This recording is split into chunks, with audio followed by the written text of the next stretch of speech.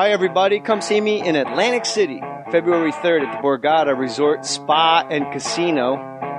February 4th. Where are you, Patriot fans? Wicked Pissa. It's going to be retarded. I'm at Foxwoods Theater, February 4th. Atlantic City, Borgata, February 3rd. Foxwoods, February 4th. Holler. Put your name on it. Just put your name on it. That's all I say. Be a man or a woman. Put your name on it. Well, I'd like to hear about it, potheads. How the fuck you gonna know how to be great if you don't study greatness? Look at the game tape.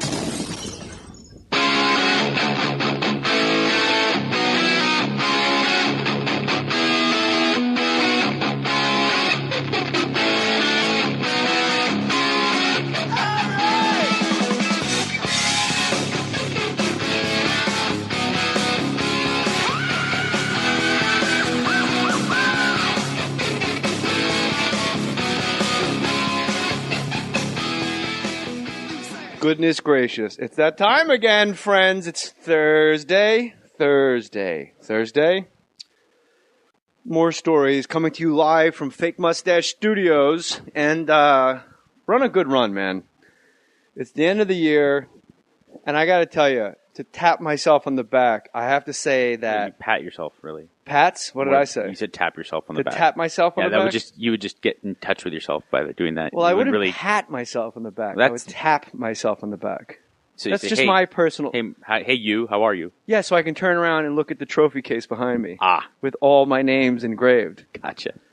I will say this. I was looking back. I was on iTunes. And by the way, if you listen to this, I think somehow if you leave a message on iTunes, it affects the rankings. They take that more into... if you make a comment on iTunes, it affects the rankings positively, even if you say it stinks. Not to interrupt you, but I believe that's one of the reasons why Mr. Marin is so successful, because his listeners are not only into the show, but they're fanatical and they leave comments and stuff. And that makes him so much more successful. I think it's also he does it every 2 days. That's also... Sort of attrition, yes. Yeah, so, I mean, like Corolla does it every day, and I think Marin does it every 3 or 4 days. But Marin, full credit to Mark Marin. He's got like John Hamm, like he gets the craziest big league guests of all time. I agree. And so, but I will say this: looking back on the year, having just done a podcast for the first time ever, and I have no idea how to upload anything. I don't know how to copy and paste. I wrote 2 books by emailing people 40 pages of writings because I didn't know how to send a document until my Real Housewives of New... I swear to God, this year my Real Housewives of New Jersey blog, beautiful, delightful Monica Rehani from Bravo TV is actually on the phone, walked me through how to copy and paste, how to send a document. And I went, it changed my life. Like, oh my gosh, I can't believe an editor just sat by while this caveman mule just sent them like a 44-page email. Like, wow, can you imagine if that got lost? Yeah, like whenever I sat down to write, it was just, dear so-and-so, here goes. And I would just do it all and just send it and just hope I didn't lose my Wi-Fi at the Hilton Honors program. But I will say this, looking back on the year that was, first time out of the gate as far as a podcast, I will put Jeremy Guthrie, Matt Paxton, Patrice O'Neill, Colin Quinn, and David Tell. Is that 5? That's 5. 5? Yeah.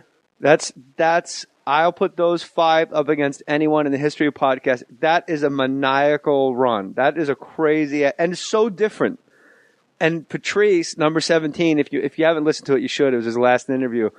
Like the weird thing about Patrice going like, man, I just realized something, Jay Mohr. What? I'm fucking lazy. And but he went up to leave. What people don't realize, and this is what I want to do on the new website, is have a comment section, basically my own personal Twitter on jmohr.com. Right. Is I want to write he got up to leave. You hear it now that I hipped you to it. It's about 3 minutes left. He goes, all right. And I'm like, no, sit back down. Sit. I don't know why, but I panicked. And then it was in that 3 minutes. I told him how great everything was going for him. Like, you owe it to everyone to just keep going, because he wasn't going to do another roast. He's like, because I did it already. I'm like, but that's why you got to keep going. And then that's when he goes, I just realized something. I'm fucking lazy, man. Colin was ridiculous. Attell was great. Keaton Simons was great. We had a good run. And our boy Mike Catherwood is with us again. Why do you say their names? It's in the pod data. Because sometimes you're not looking at pod data because you're too busy texting while you drive. And that's because it's what you do. I'm a broadcaster for a living. Don't get like there's this whole new culture of things that are done specifically on the internet. This is how they are done on the internet. Oh well, I'm sorry if you're trolling and you're doing this. You want to be first in the comment section. There's all these little like customary things that go on and only exist now in the internet age. And Generation Yers insist on you doing that way. But you got to realize people have been doing broadcasts for 90 years, and there's also traditions that go along with that. And some of them translate over to the internet. And that's just the way it is. I don't think it's smart of you, Mike, to just start this out by bashing my audience. I'm not bashing anybody. I get upset when certainly when people they make comments on like Loveline's Facebook page or anything like that. When it's the way the show goes is not customary to how they're accustomed to their internet life. Yeah, they're like, you're such a sellout. You're going to commercial again. I'm like, I don't have a choice. It's not like I get, I can't. Is that Broad? Who runs it all? CBS Radio. So CBS is like, you got to hit the post. You have to do this many commercials an hour. It's not like a podcast. That's how we pay I would you. love to do a podcast where I could just Dr. Drew and I could sit and talk about herpes. It's like being a jazz musician. There's no money in it. Yeah, I signed a contract. There's no contract here. I would love to. Kevin Smith and I ballpark this on a handshake. And like people request that I do certain character voices, and they say like, you should do Rudy more. I'd be like, I'd love to, but it's not the Mike show. It's Loveline. How the bosses who own Loveline want it to be done. I'm. You know what I'm saying? If I did the Mike show, I would be more open to like your request. I think it was Marv Levy had a great. I said this to Matt Cohen on the phone the other day because I'm always in touch with my producers. I'm always down with Daniel Lanois over here. I think it was Marv Levy said, when you listen to the fans, you wind up sitting next to them. Yeah, it's tough. That's pretty great. tight That's for a 70-year-old Buffalo Bill coach. Like, put in Tasker. Forget special teams. Let Tasker play linebacker. It's a fine line. Okay, fans, I got this. It's a fine line, too, because, like you said, these people are the consumers of your product, and you want so desperately to please them. But are they consumers if it's free?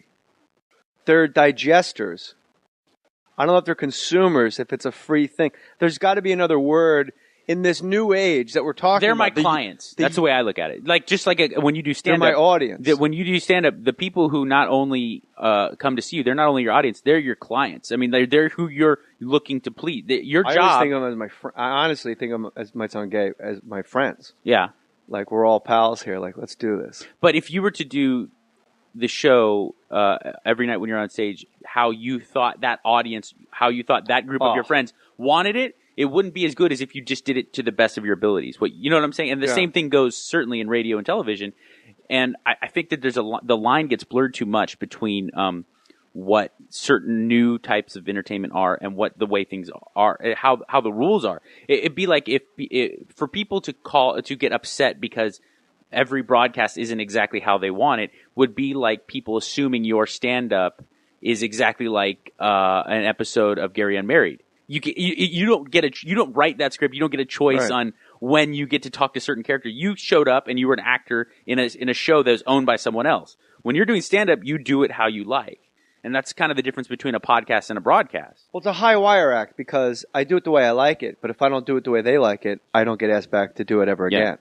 Yeah, like I have to do Walken. It's a fine line. I was opening with Walken in Irvine, and that was, it's amazing. 27 years into a stand-up comedy career, you go, I'm going to open with Freebird. Right. Right. I saw Rush a couple years ago open with Tom Sawyer, and you're like, ballsy. And you're like, now what? And then you go, now no one, because what happens usually is if I'm doing stand-up, about 15 minutes in, somebody from the back just goes, Walken! Paint it black, you devil! Paint it black!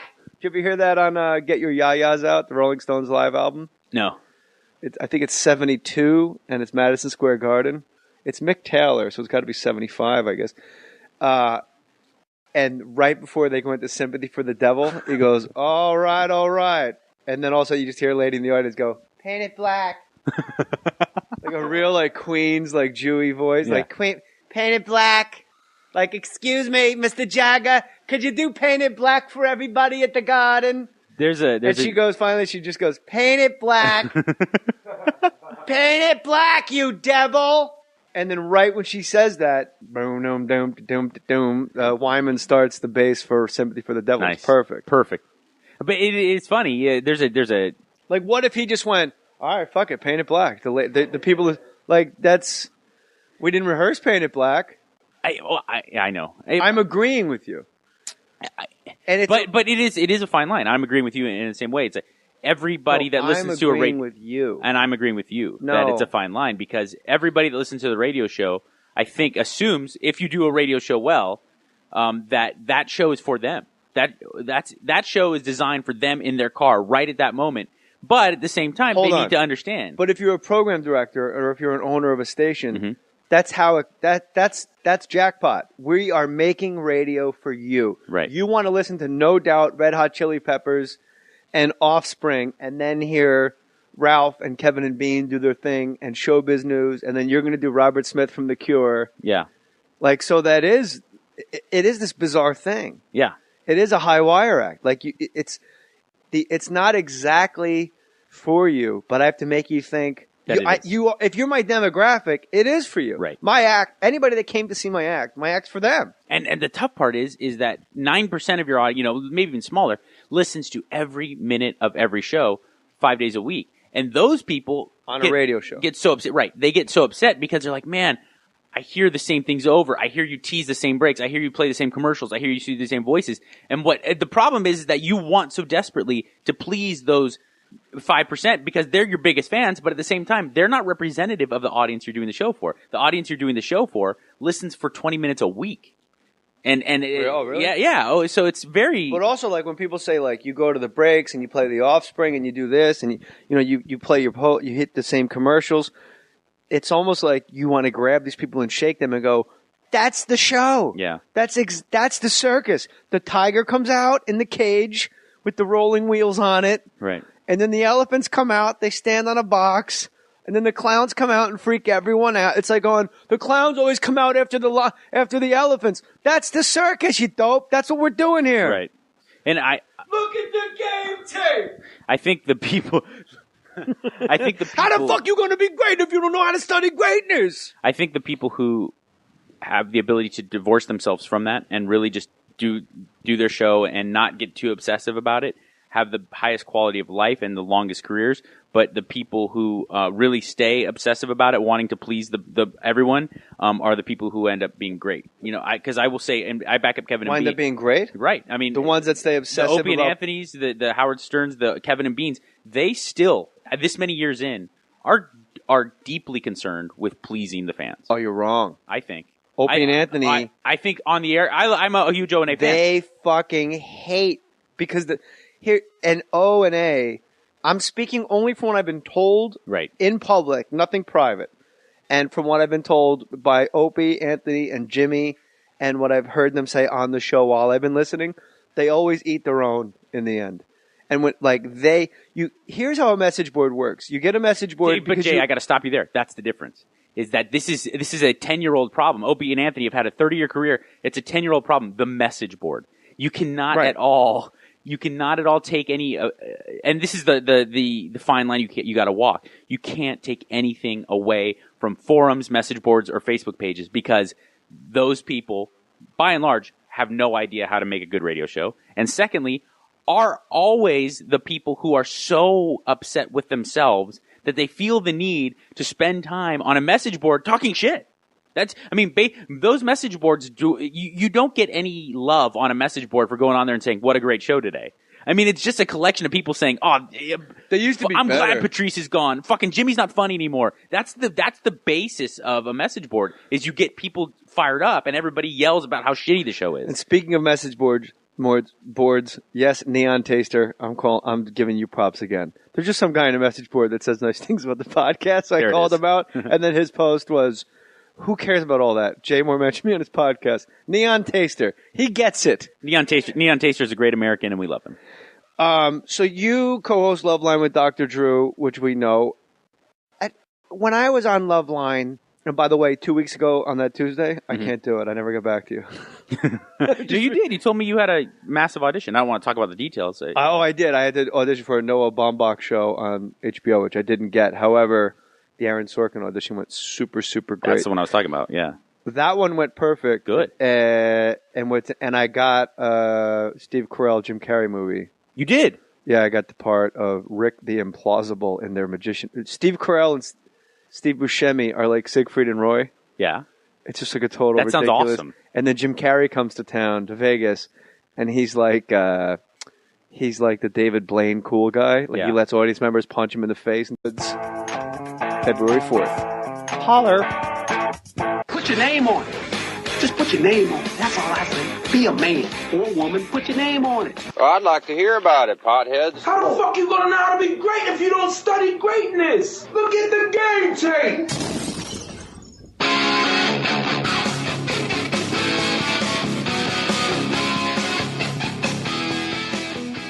Goodness gracious. It's that time again, friends. It's Thursday. Mohr Stories coming to you live from Fake Mustache Studios. And run a good run, man. It's the end of the year. And I got to tell you, to tap myself on the back, I have to say You that... pat yourself, really. Pats? What did I say? You said tap yourself on the To back. tap myself on Yeah, the back? you would just get in touch with yourself by doing that. Well, I You would wouldn't really. pat myself on the back. I would That's- tap myself on the back. So you That's say, just hey, my personal... Hey, you. How are you?